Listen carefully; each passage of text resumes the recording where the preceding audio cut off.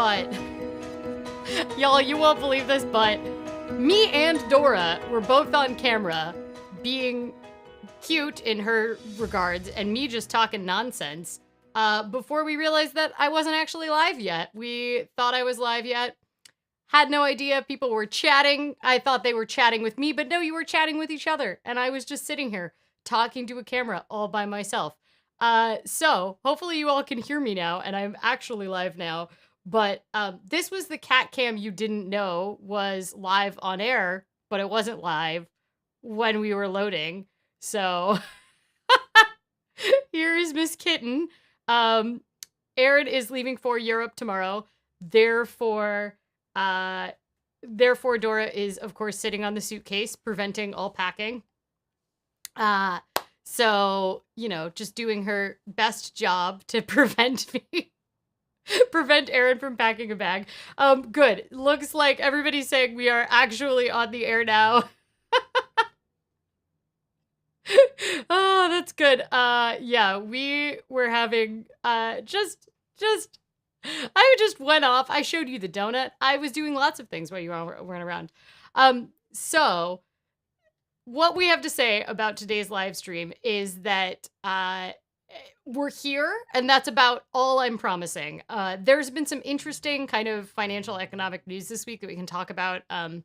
Elon Musk claiming that he's going to buy Twitter, which also may have fallen apart about as quickly as it was put together, although we're unsure. So we can talk a little bit about that. We can also talk about the murmurs that Biden is going to cancel student loan debt, but in such a minor way and presumably possibly means tested that I honestly don't know. I mean, I guess any kind of student loan relief is welcome, but what is kind of being bandied about that Biden is going to probably put out is a $10,000 cancellation of relief that is going to be targeted at low and middle income earners.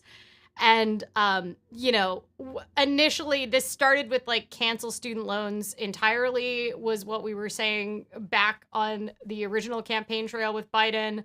And then it kind of moved down to, oh, maybe $50,000 of student loans, which is great. That's more than the average indebtedness of student loans. That would make a huge difference for a lot of people. Now it's turned into like $10,000. So we can talk a little bit about that. I have this huge exam on Friday. This licensing exam that I really need to pass. Therefore, I am putting all of my life essentially on hold and not doing anything appropriate, including prepping really for live streams between now and Friday. And I'm really just hoping that like my house doesn't explode and that I can just make it through the week because that's all I'm doing is studying, and I'm going to be really cranky if I don't pass this exam, because then that means I have to keep studying and putting everything off for like 2.5 weeks while I studied was not worth it. So Eric says, yeah, exam takes precedence. Just clear the decks for that. Yeah, that's the thing though. Like it takes precedent, but if I don't actually pass it and I have to take it again, then I've got 30 more days of studying before I can take it. The thing is that I'm confident enough now, at least, to be like, if I don't pass it, I'm pretty sure I'm gonna just barely not pass it because I am extremely prepped. I'm doing really well on practice exams. So I think it might even be a little more heartbreaking if I don't pass it because I'm just gonna be like a smidge off. Yeah, I don't know. Christopher asked if I'm going to be doing any more of the study sessions. We've been doing this study with me live streams, which have been pretty much at my own whims and schedules. Yes, there is one tomorrow. There will probably be one Tuesday and Thursday as well. There's one tomorrow starting at 7:30 a.m. Pacific time. You can find them on my channel, but also if you are in the US, you can subscribe to textcrew.ohmydollar.com, and I will SMS alert you when I'm going to go live with the study streams, just because right now I'm doing kind of 3-hour streams on a random interval. So, you know, you may be available, you may not. I'm not going to make any guarantees. I'm not going to guarantee when I'm going to be online for it. But yes, we will definitely be having one tomorrow morning. Morning Pacific time, so 10:30 in the morning Eastern time, or afternoon.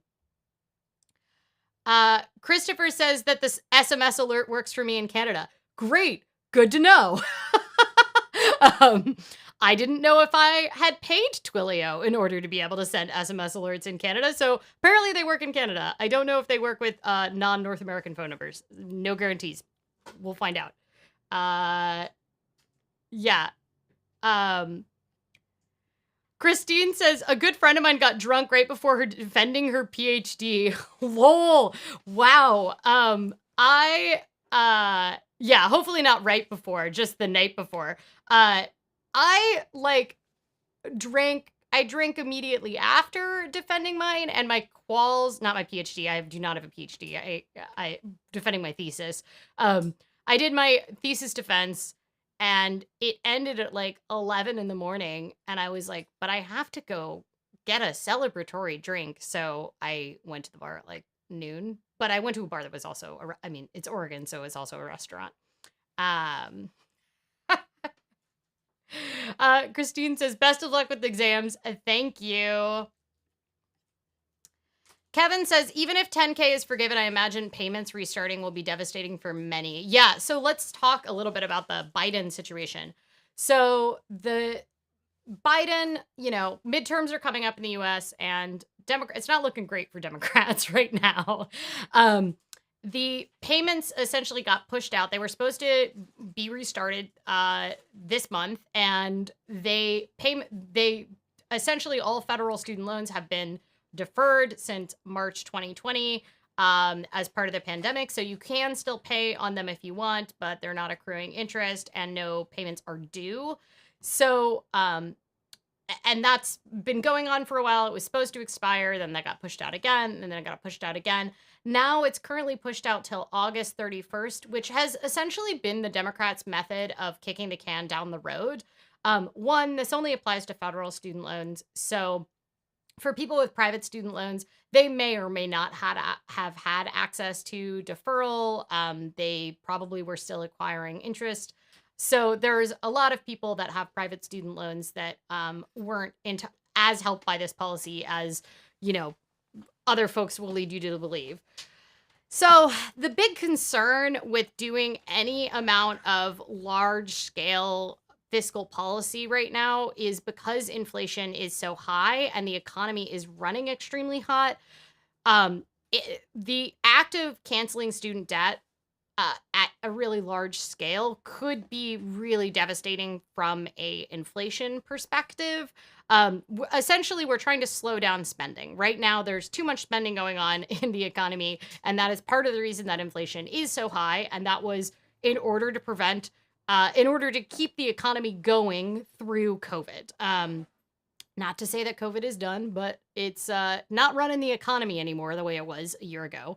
And because of that, there is definitely a concern that a large-scale student cancellation of debt would be another really expansionary fiscal policy in a time when we shouldn't be necessarily doing massive expansionary fiscal policy, because while student loan payments are devastating for folks, there is also the devastation of inflation, and inflation hits lower income households disproportionately to higher income households, particularly because inflation right now we are seeing in things that take up a larger proportion of lower incomes households, right? We're not seeing the same kind of inflation, we're not seeing inflation in the same way that is affecting lower income and middle income people as we are seeing it affect higher income people, which is just generally true when you have changes to the consumer price index, and especially when you're seeing it in particular parts of the price index that lower income people spend more of their money on, which is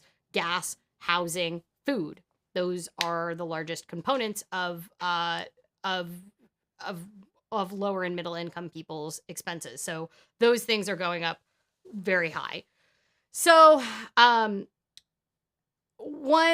the big method right now that is not fiscal policy, it is monetary policy that is being used in order to kind of slow down this inflation, is the Federal Reserve has both federal open market operations, which is essentially where they're buying and selling bonds, in order to what they're doing right now is they're selling versus they're buying versus selling If they were selling like they have been for the past couple of years, that puts more money into the economy. So we need to restrict the monetary supply to bring down inflation. And one way to restrict monetary supply is to stop essentially the Federal Reserve from printing money by issuing a bunch of bonds and selling them. The other method they are doing is that they are raising the interest rates, which you've probably seen is like it feels really minor in the face, but these are really massive shifts, which is also part of why we've been seeing corrections in the stock market because essentially businesses get nervous when they see the price of money going up because when the price of money is low, price of money being how much it costs to borrow money, which is what the federal discount rate is, which is the interest rate they set that then trickles out to all other interest rates. When that interest rate is high, it costs more money to borrow money to do expansions. So the way to constrict the monetary supply is that you raise interest rates. Less people borrow money, there's less money in the economy, inflation slows down. The downside of that is you don't want to do it too fast because when you do that too fast, it has really bad consequences, namely higher unemployment because businesses are not spending as much money for employing people. And, you get like real negative effects for people that have a high proportion of their spending is based on what they are paying to borrow money. So credit. And student loans are one of those things that is very much affected by interest rates. And if we're raising interest rates right now and we aren't looking at methods for canceling them, then there is a real balance to be done there. Here's the thing. Biden initially said that he was in agreement with canceling student debt, which is get rid of all of it. Then it turned into $50,000. Now it's turned into $10,000. And I don't even think they're going to be able to pass that. I don't think that $10,000 of any cancellation is going to be enough to make the progressives that they're trying to court for midterms happy. And I don't think it's going to have a significant impact in the same way. I have been looking at some studies around like how much its $10,000 cancellation would make a difference. And I'm skeptical. That being said, the people with the lowest incomes are most likely to have more of their loans in federal student loans, which would qualify for the cancellation, and they usually have lower student loan balances on average. So yes, this is not going to help a lawyer or a doctor that has tons and tons of student loans, but it may help someone that has taken out a student loan for becoming a certified nursing assistant and makes $15, $16 an hour and has $10,000 of student loans for their CNA program, then it might help them. So, Rachel says, God, 10K is just not enough at all. I know that's the real frustrating thing is that it feels really insubstantial in the face of a lot of people's student loan balances. So yeah, it's just frustrating. David says it won't help me. Yeah, I mean, it won't help me because I don't have student loans. And it won't help a lot of people with student loans. It does seem like I'm waiting to really see what the actual policy is because right now we're only working off whispers and kind of what Biden has said he's committed to doing. Remember, this is all just kind of an attempt to possibly not completely lose the House during midterms. So, yeah.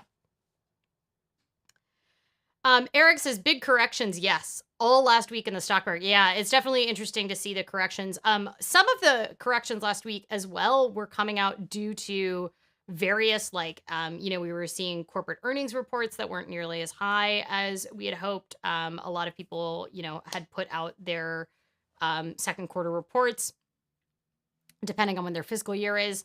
For some people, we were seeing their 2021 reports and things were not as good as we had maybe hoped. So some of it had to do with fundamental stuff in stocks.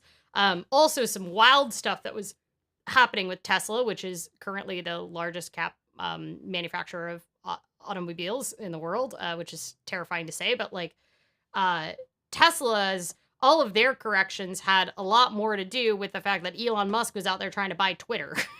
So, and that the way that he was going to be able to buy Twitter would be by liquidating some of his Tesla shares. It's actually a loan against his Tesla shares. So,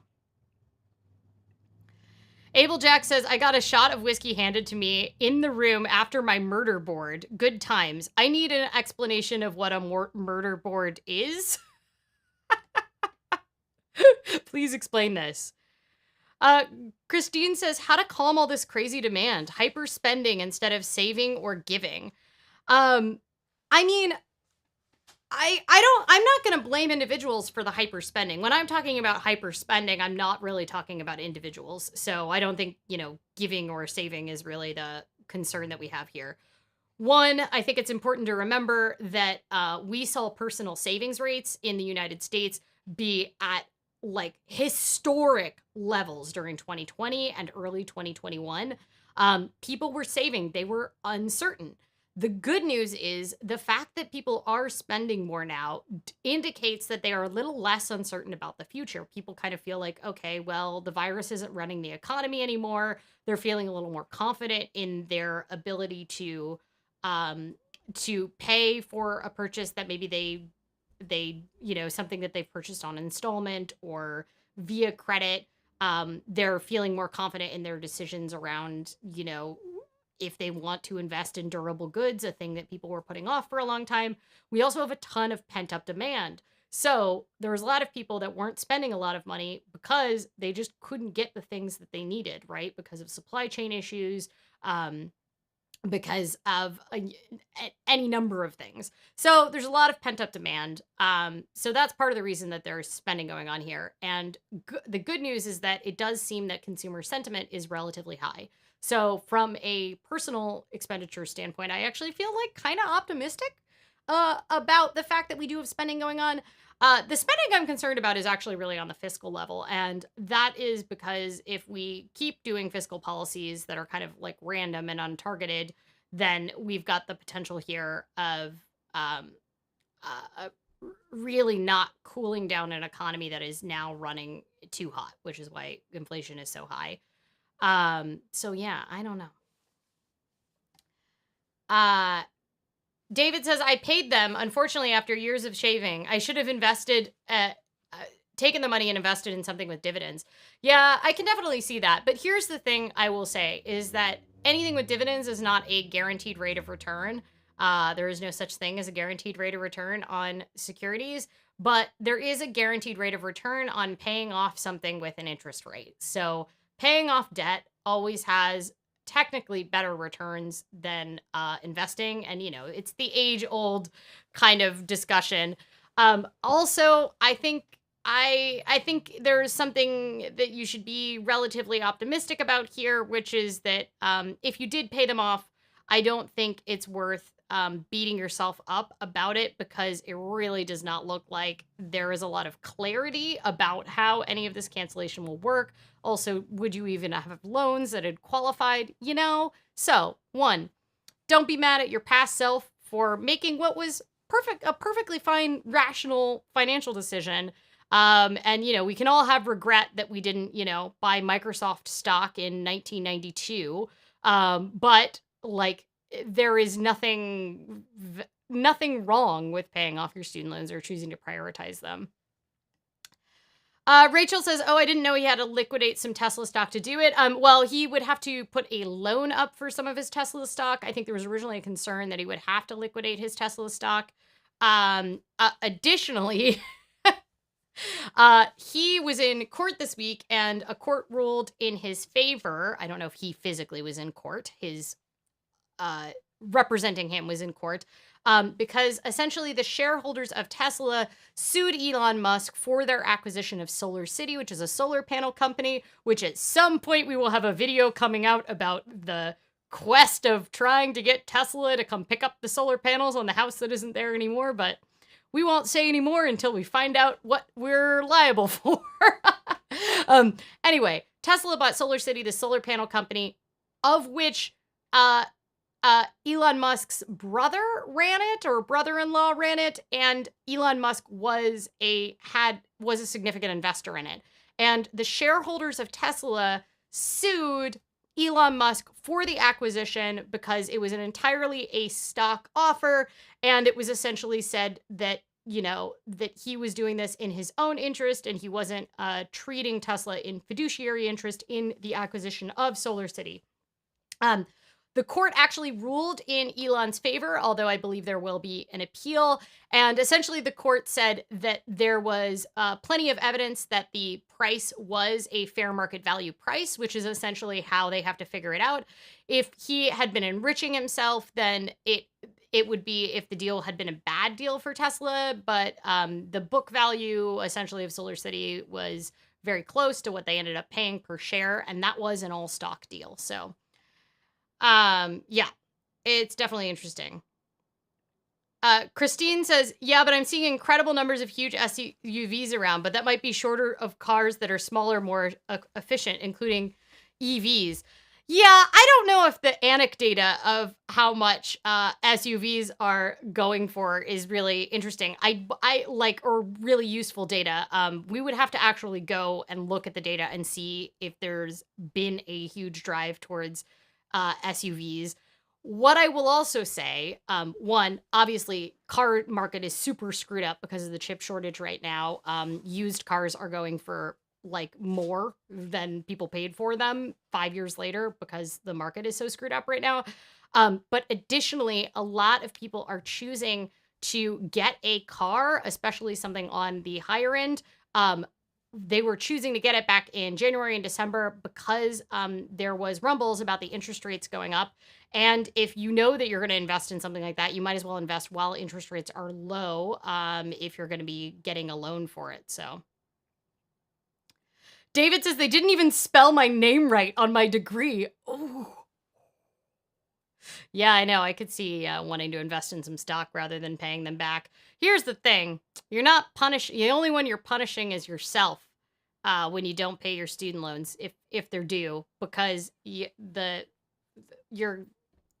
college already got that money. That money's been bought and sold by, a third-party lender, so.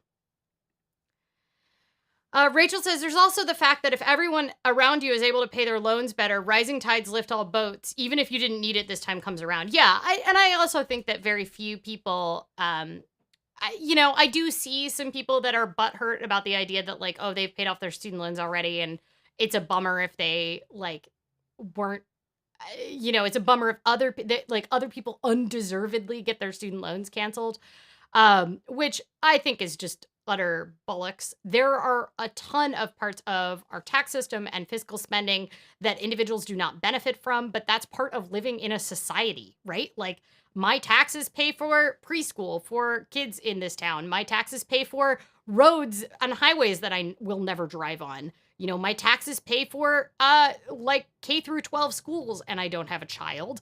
My taxes pay for the child tax benefit, and I don't have a child. I don't own a house, and my taxes pay for mortgage interest deductions for other people. So, like, there's plenty of ways in which there are transfers and credits that already exist in our society, and people seem to put a lot of individual responsibility on student loans in a way that they don't necessarily on K through 12 education or other kinds of education.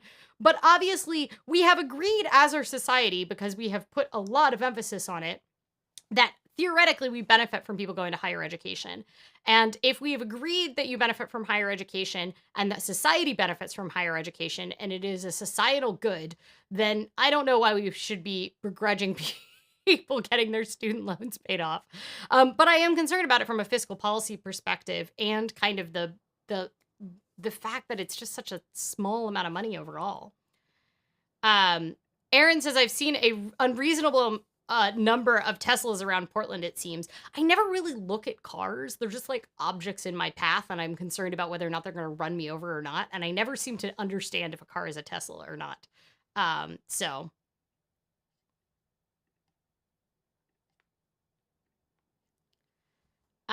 Jenny says, my name was also misspelled on my degree. Y'all! Who was the registrars at your schools? Also, can you not, like, get them to just go reissue it? I would do that. Rachel says, yes, I bought a car at the end of December, got a screaming interest rate. It's going to be like a couple $100 on $7,000 over 3 years. Once again, further pointing out the fact that guess what slows down when interest rates go up? Spending. People are not going to be out there buying cars when we have jumped from a essentially 1.25% interest rate that some people were able to get on car loans up to 5.25. So yeah. Dean says bonus points for use of the word bullocks. Oh, I didn't even realize that I had said it. But Rachel said, I just snapped in like poetry reading agreement. Well, I'm glad that my lack of preparation today and ranting has inspired poetry snapping. Kevin says, my income is high enough that I never got a single stimulus during the COVID pandemic. However, I don't mind. I'm in a position where I didn't need it. Yeah, and I think that there's tons of things that are means tested one way or the other that we all just have to like accept that is what living in a society is. And if you want to live in a society that doesn't have any taxes or any societal benefits from it, then you can go live in the middle of an island, a private island, and not pay any taxes, or live on international waters and don't pay any taxes. You have to give up your American passport, though, because that would not qualify under the foreign earned income exclusion because you have to be paying taxes in another country for that to count. But, you can do that if you want. But at some point, we have to admit there are things that we benefit from when we all put money in a pot and that pot gets distributed. David says, I'm not going to build a time machine and go back and make a different decision, though.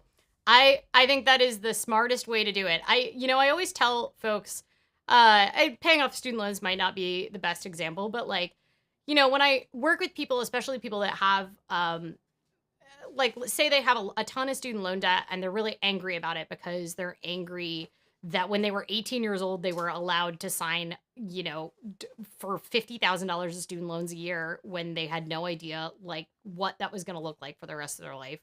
And I always say, your past self can't feel it when you beat them up. Like, it's not going to change anything to be mad at your past self for past decisions.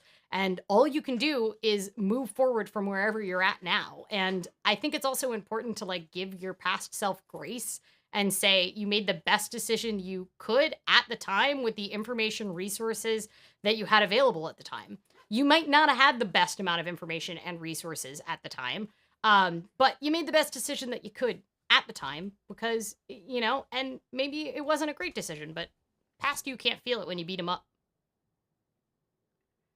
David says they refuse. I tell them every time the school calls for a donation that I'll donate if they fix it. No taker. What? To be fair, it's probably like student employees making their calls to alumni to ask them to raise money, none of which have any power in the registrar's office, but poof. Joe says, oh no, some people are super grumpy about taxes paying for child care and primary high schooling. It's true, but not at the rate that people seemingly are angry about student loans getting canceled. Like, there's plenty of people that seem to have enjoyed the fact that they got their K through 12 education paid for through public schools and then paid off their student loans and then are cranky that someone else gets their student loans paid off when they already did it. Like, it's like an individual, it's the American individual responsibility kind of thing, but I feel like the student loan thing really, really highlights it.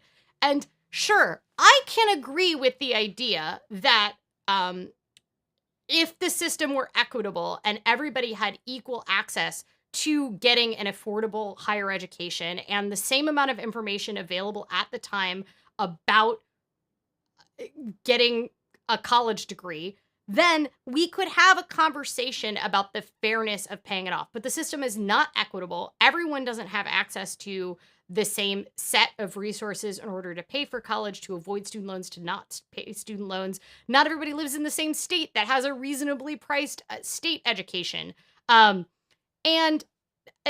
So that alone, it's not an equitable system. two, the system is fundamentally broken. Like, everybody agrees that American higher education costs are like, something is wrong. You can't have something going up at 25 times the rate of inflation over the past 30 years and go, oh, that's fine. Like, you cannot look at the price of higher education and index it to inflation in 1980 and look at the price of higher education now and go, oh, this system is working as planned. And so, sure, if the system was good, then sure, it would be fair, but the system is not good. It's the same thing that I feel about the way health insurance is in this country. Like, the healthcare system is so broken. The people that are like angry when that like they're paying for other people's healthcare is like, you're paying for other people's healthcare because the system is fundamentally broken and the prices are outrageous. So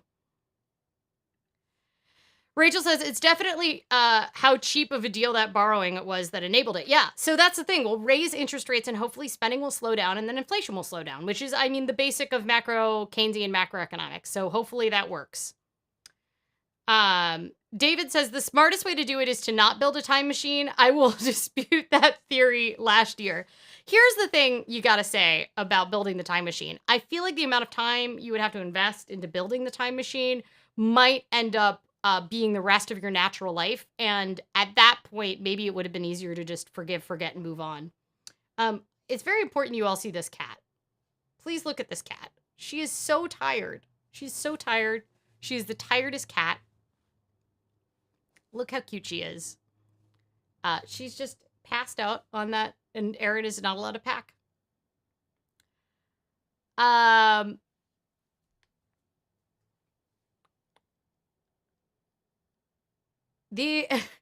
Eric says, I'm more angry about the 2008 Wall Street bailouts and too big to fail than student loan forgiveness. We're so way past the moral hazard argument against forgiveness. I completely agree. Well, guess what? Maybe once we realize, once we start packaging Sally Mae student loans up into student loan-backed securities, which would be junk bonds at this point with the amount of default rate and prepayment risk on them. But maybe if we had packaged them up and we had overly leveraged, banks invested in student loan-backed securities, we would have been able to get a bailout for it. I don't know, what a thought. Everyone agrees that my cat is the cutest. Yes, Dora is the cutest. I also want to show you some cat-related artwork here. Look at this. This is added to my background now. This was done by Graywald on the Oh My Dollar forums. It is a painting of Dora in her donut, and it really does look exactly like Dora. I can't force her to put the donut on. She's too tired for that, but I mean, she looks exactly like this picture. Oh my gosh. Look how tired she is. Anyway, it's very cute. It's now in the background. Graywald did that during one of the study streams too. She painted that, like, I think almost the whole thing during the study streams. So you too should come to the study streams. And you probably don't have as much painting talent as Graywald, but Dean says that's stunning. It is. I'll make sure that Graywald says that. Fuzzbubble says that is gorgeous. It's so good. We have a picture. We put Dora in the donut. And we put her side by side with it so that we could show, and she looks just the same. Jenny pointed out that even if you spent the rest of your life building a time machine, you'd have built a time machine, so it would have all been worth it. I mean, I guess I assume that there's issues with the time machine where, like, you're gonna have to give something up, buy it.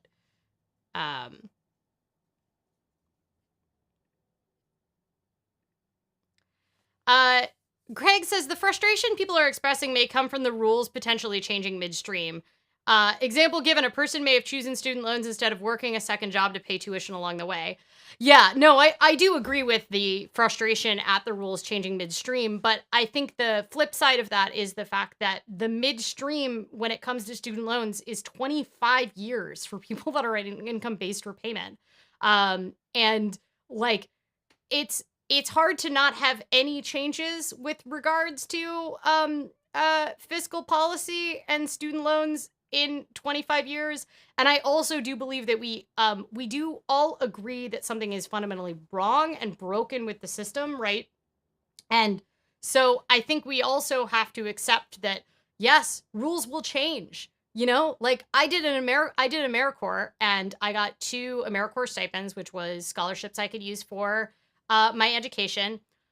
When I was in AmeriCorps, it was not indexed to inflation, and I served in AmeriCorps in 2006 and 2007 and 2008, and I got the same education award that was from when AmeriCorps had been established in the early 90s. However, after I left, they started indexing it to the Pell Grant, so it actually indexed to inflation. So people that served in AmeriCorps after me got a lot more money. Additionally, the AmeriCorps education awards I got were taxable in the year that they were used. And that is despite the fact that you had to work for poverty level wages for the government for a year. You didn't qualify for health insurance when you were in AmeriCorps, just health benefits, which wasn't legal health insurance. And you get scholarship money that is taxable in the year you use it. And if you happen to be a dependent in the year that you use it, which you might be because you might be a student, then it is taxable as investment income of a minor. And that is a broken system, but I would rather work to fix it for people that come after me doing domestic service for AmeriCorps than I would like to be angry that I did it at the time, right? So, Rachel says, wow, AmeriCorps ed grants were taxable. Holy crap, freaking terrible. They still are. AmeriCorps ed grants have gone up in the amount that they are worth, but they are still taxable. So, yep. And they're not even taxable at your like marginal ordinary income tax rate. They're taxable at an amount that might be higher than that. And it's not like it's not a refundable tax, which means that even if you qualify for like the earned income tax credit, you still are going to get taxed on your AmeriCorps award, even if you're way below the poverty level. Rachel says, yeah, what happened. Now let's make it better for the younger folks after us. It seems like there's a lot of people who were able to have the opportunity to go to get higher education at a time when higher education was a lot more affordable, a lot more feasible for someone from a middle class or lower class household to actually be able to work and pay for. And there seems to be a lot of people that are in that camp that don't seem to recognize just how dire it has gotten in the past 20 years, really exploding in the past 15, and don't seem to recognize that it's not just about what you were able to accomplish at the time. It is also about recognizing that, like, it's you need to make it better for the people after us, and it seems like there's some people that are very concerned with making sure that people after them have to suffer more. I don't know. Fuzzbubble says, sorry if I missed it. What happened with 25 years ago? That's just my general status. But, essentially now federal student loans, which is part of what really accelerated them, was that they became federally backed. So they became a type of debt that was even a lot of the private loans, and they can't be discharged in bankruptcy. And a lot of those changes took place in the early 90s. And because of that, that is part of the reason that the cost of higher education has gone up so much in this country. It sounds like a really great thing, making them accessible, making them federally backed so that people that don't have a credit score or assets and are coming from a lower income background were able to fund their education. But that also meant that higher education got more and more expensive because there were freely flowing loans available. So yeah, I mean, the 25 is not a specific number. I'm just saying that, like, we've really seen the rate of inflation go quite so high. Christine says, I'm one of those people. I got through grad school easily. UC Berkeley. Oh yeah. When I lived at the commune, someone I lived with went to UC Berkeley when it was still like totally free because University of California was free for in-state. How can people like me assist, honestly? I mean, I think the thing, one, a really important thing to do when it comes to assisting is just like, there are a lot of people that do not seem to recognize how bad the problem is for millennials and Gen Z and Xennials, I would say. I think Gen X it wasn't quite as bad for if they went to college at like kind of the typical age, depending on, you know, their own circumstances. Everybody's a special snowflake. But the, like, I think just one, recognizing how bad and how screwed up the system is, I think is a really big part of it. But then the other part is that we all just need to figure out how to fix the system. The freely flowing student loans that cannot be discharged in bankruptcy, they were the only kind of loan that can't be discharged in bankruptcy, is wild. It's just wild, right? David says, at least none of us has as much debt as the Reedy Creek Improvement District.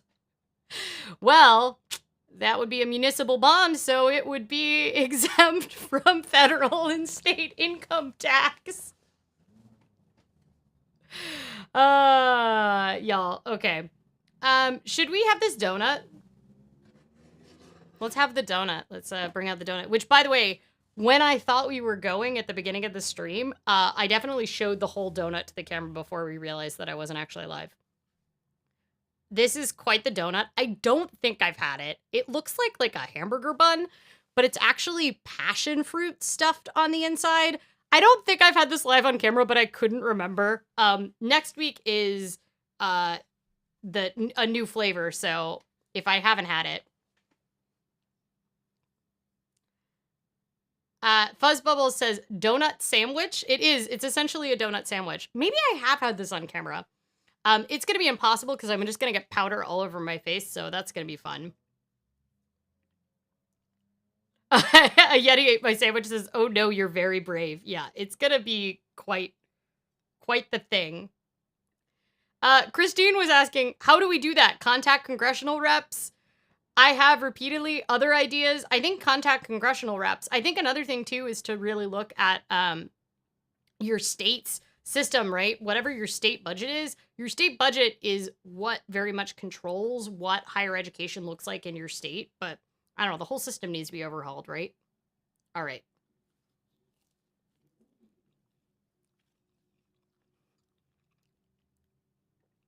Christopher, no, you should not ask about calories. We have no idea. It's okay. As my donut each week, I'm allowed it. I don't believe in limiting myself.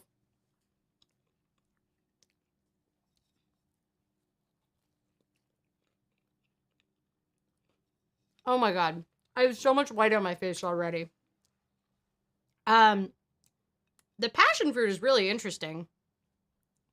It's like grilled on the bottom.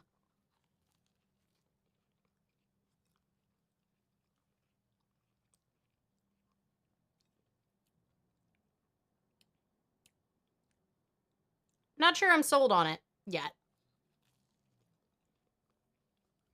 I like the passion fruit cream, but honestly, I definitely don't think it needs the powdered sugar on the top.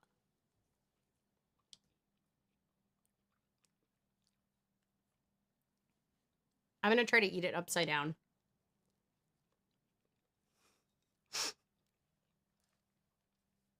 Y'all, this is the messiest donut.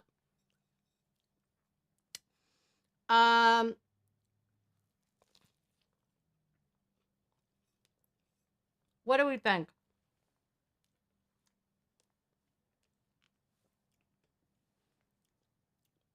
I think it's a 3 out of 5.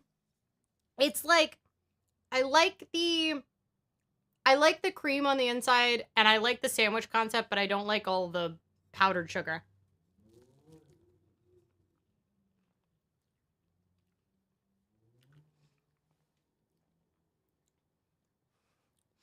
Eric says, try not to breathe in the sugar dust. I know. That's always the concern. I haven't coughed yet, but I'll probably start sneezing any minute now. I am going to finish it, so maybe I should upgrade it. Do y'all want to see the cutest cat? She's just so cute.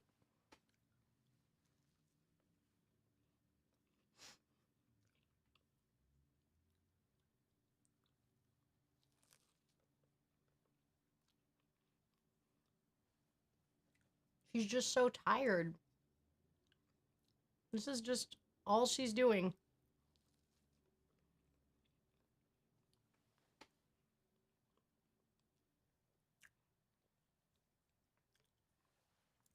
It's very cute that she's been there the whole time. Oh, she just adjusted her head again. Oh, oh, oh.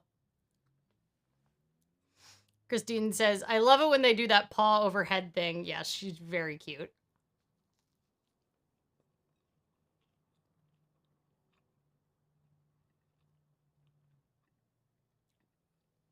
She is a perfect sleepy girl. She's so tired. I think she's having dreams. I saw her whiskers twitching.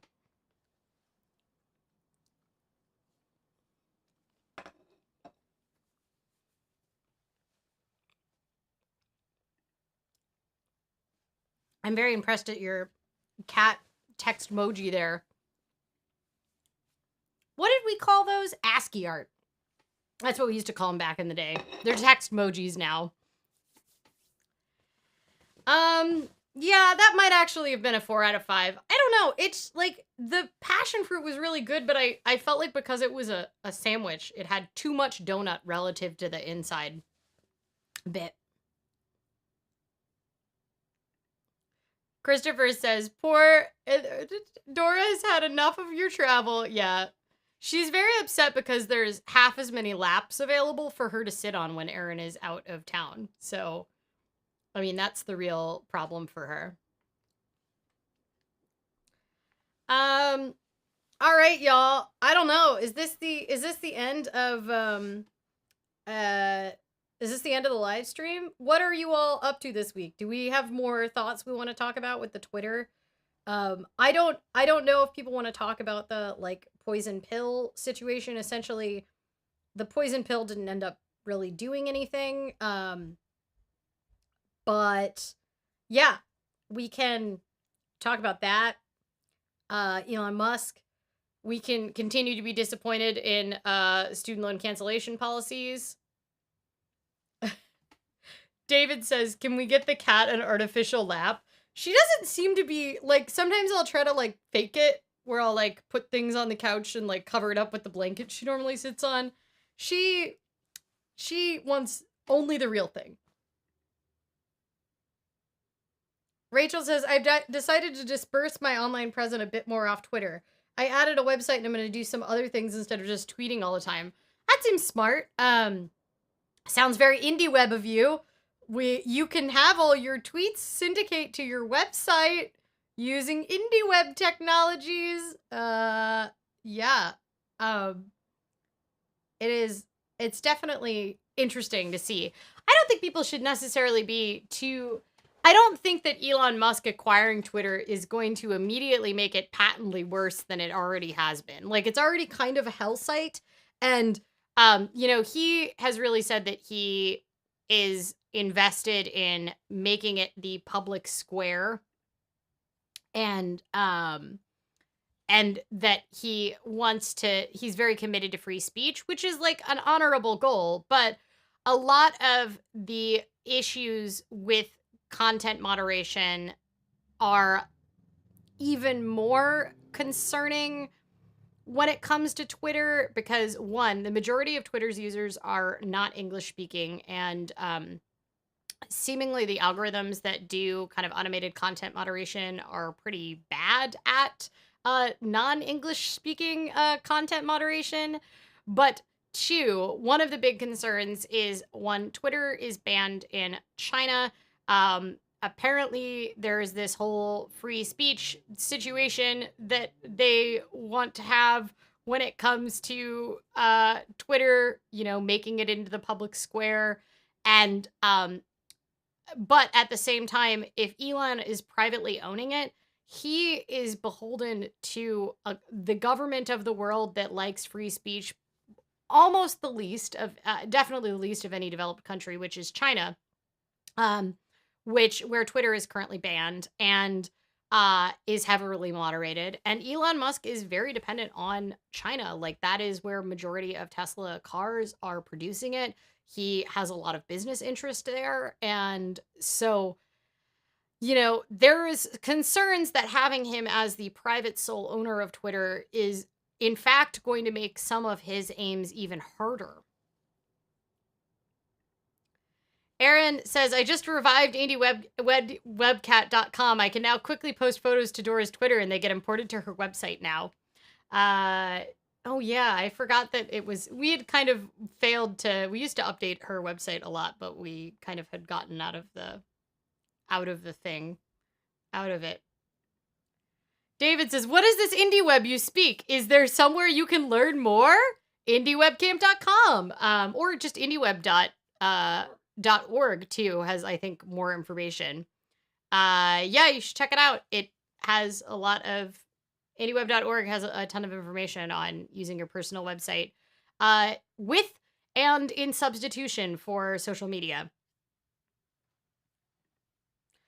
Christine says, free speech, yes. Honorable goal, yes. But his investments in China, not so honorable. I mean, the thing is like, I don't necessarily think that having a business where you have, I am a proponent of free trade. I'm not against the concept of the fact that a large manufacturer should not be able to work in China.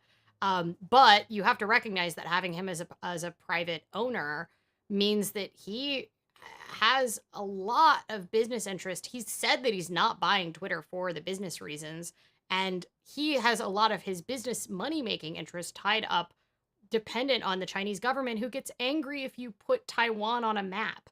So, I think that there is a lot of reasons there. Yeah.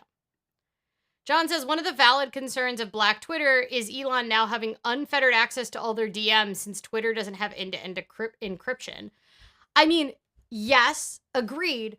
Chew. I don't think it's Elon particularly. I think the problem is, why does Twitter not have end-to-end encryption already, right? Like, I think that particularly Elon buying it should not be, if it gets people to start recognizing what they have put and the amount of control and access they put in on a social media in their life, great.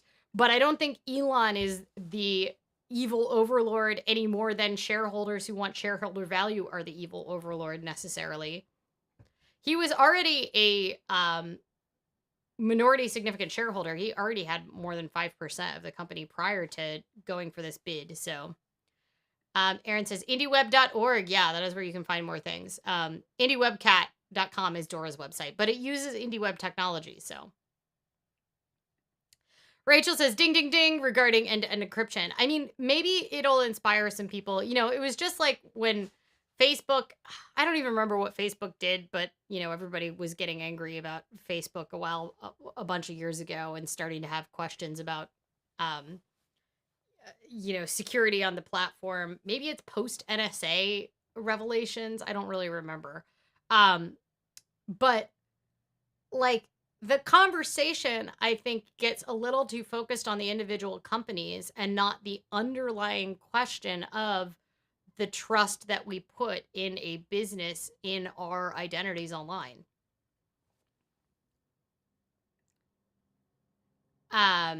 Rachel says, it isn't that Elon is going to read people's DMs. Probably. It's that stuff can be data mined really easily if it's not encrypted. Exactly. Yeah. I mean, but that's the question is, like, those DMs have already been not end-to-end encrypted. So, okay, well, maybe we should be concerned about this regardless of who owns it.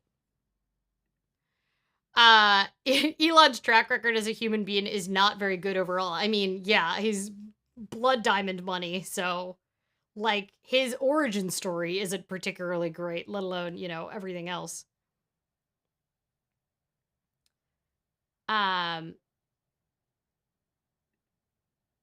David says, but that isn't the same concern about any service provider who could technically have access to your data. I don't know. I mean, my thought is maybe I'm being too. I guess I think the individual concern should be under the concern about your data protection in all spheres, because Elon is just the boogeyman right now. There's bad people and bad actors all over the place, and there seems to be a lot of interest in particular in DAOs and tokens and everything. And those are similarly have a lot of the same concerns around records, and there seems to be a lot of Web3 concerns that people, it's like, just because there isn't someone at the other end that is abusing it now doesn't mean it can't be used to abuse. John says, Elon will attract racists to work at Twitter who will exploit access to DMs for harms. I mean, I think that's a real concern. Why would there not already be racists working at Twitter that in particular would access DMs for harms? Like, right? Like we've already seen that with like bad actors in Uber and stuff like that. So I'm wondering, because Twitter is known as one of the most terrible platforms to be on online with regard to harassment and their unwillingness to, like, I don't know, do anything in that regard. I don't know if Elon in particular is going to make it worse than it already is. It could make it worse, but John says, remember God mode at Uber and the lax internal controls around it. Now imagine a crypto fascist using it against Black Lives Matter. I mean, that's my point, though. My point is that, like, the individual concern about Twitter is valid. However, I think that focusing entirely on Elon acquiring it ignores the fact that this is a concern with any private company, right? Like, and it or any company, not just public or private. Like, this is a concern with any corporation that you are giving unfettered access to your communications and doesn't have the proper protocols in place. Christy says, honestly, I'm just excited I now have a chance to directly cause that man pain. I will absolutely walk away from Twitter if it means he loses money. I mean, if he wants me to pay for Twitter, a place that just genuinely makes me feel bad, usually, then I will be more than happy to walk away from it. I have regularly considered getting off Twitter. The method that it's like a helpful promotional tool, but it isn't so helpful that I wouldn't be willing to walk away from it.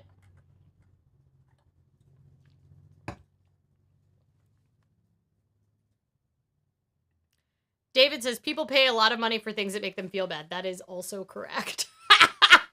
Where else am I going to go argue with strangers on the internet about healthcare? That's like my primary reason that Twitter is bad for me. All right. This is the very cute cat.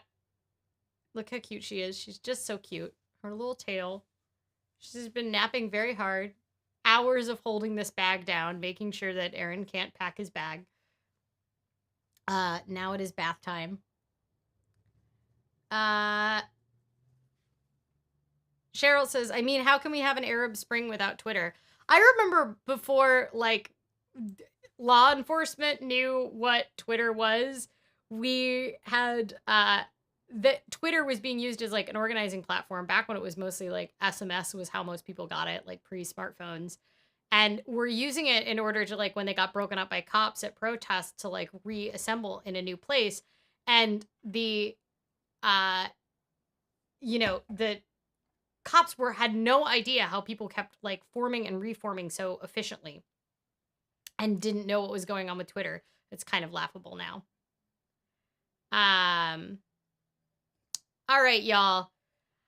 Yep, I think we are going to wrap up here. I have to get back to studying, unfortunately. I will know if I've passed my exam next Sunday, unless I freak out and I move my exam out even further, which is entirely possible.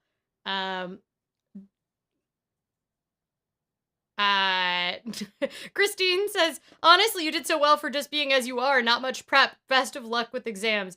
Thanks. Next Sunday, I will have something more substantial for you all as far as a live stream. It will be some meaty, hopefully useful topic to talk about, and a new donut. And hopefully I will pass an exam. Feel free to put in the chat what you are most looking forward to this week.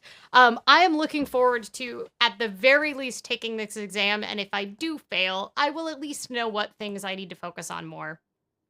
So, we're also going to have study sessions. So if you are interested in joining the live study sessions, it's just like I put on lo-fi music.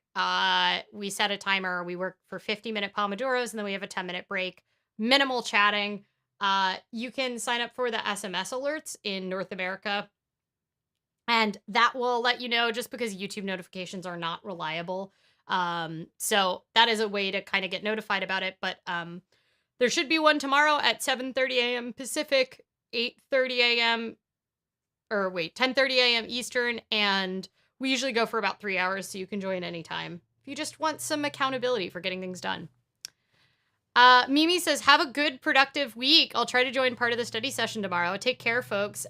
Great. Hope to see you there. Have a lovely, productive week. David says, can you solve my 20-year-old problem? Put it on the community tab and I will see. Apparently I can't make them put the right name on your degree, so.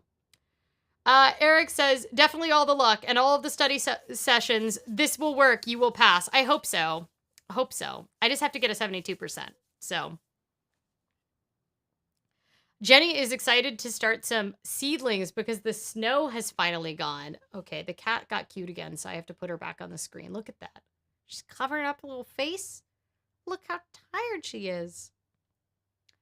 Dean says, looking forward to sorting out some letters and emails I need to do for ages, or rather looking forward to them being done. Yeah, that's how I feel about this exam. I'm not looking forward to taking a 3-hour exam. I'm looking forward to it being done. Christine says, artist residence, dancing my ass off. Oh my God, that sounds amazing. Cheryl says, I could fix it. Change your name, David. That is a great. David says, I need a medallion guarantee stamp to get my 7 custodial shares of Disney in my name, and no one wants to give me one.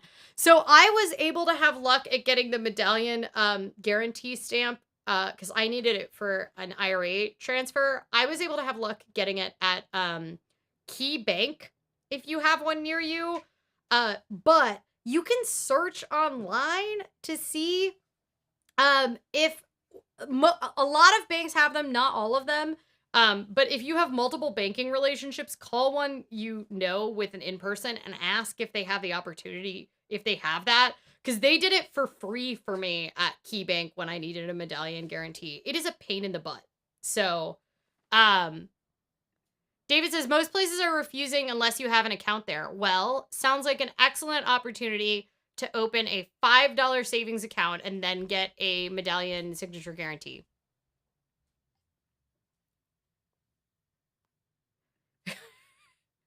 David says, changing my name to Shansky would probably be easier than getting IU to change my degree. I think it's a great idea. Just do that. Just change your name. There we go. David says, tried that too. Maybe you have to try another bank. That's very annoying.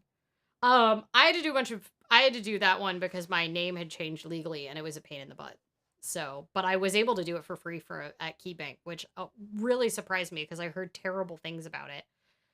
Is there a bank that you don't have a banking relationship with, but you have a credit card relationship with, like Chase or Bank of America or one of the like banks that also issues cards? Because that might be a good opportunity if your like whatever your main depository bank doesn't have one.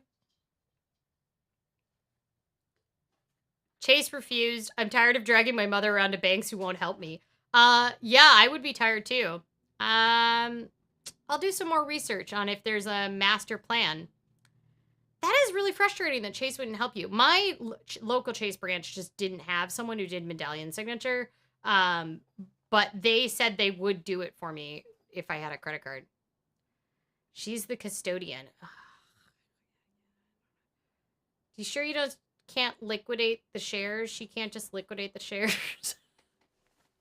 Do you want to hold them? Is that why? Because I'm like, at this point, I feel like maybe you should just liquidate the Disney stock. Might be easier than getting a medallion signature guaranteed. All right, y'all. Well, hopefully David will get his medallion signature sometime this week. And the rest of you, please have a lovely week. Maybe I will see you on one of the study live streams this week. Otherwise, same time, same place next week at 5 p.m. Pacific, 8 p.m. Eastern on Sundays. And please stay safe, stay hydrated, pet a cat if you have one available, and I'll see you soon. Bye.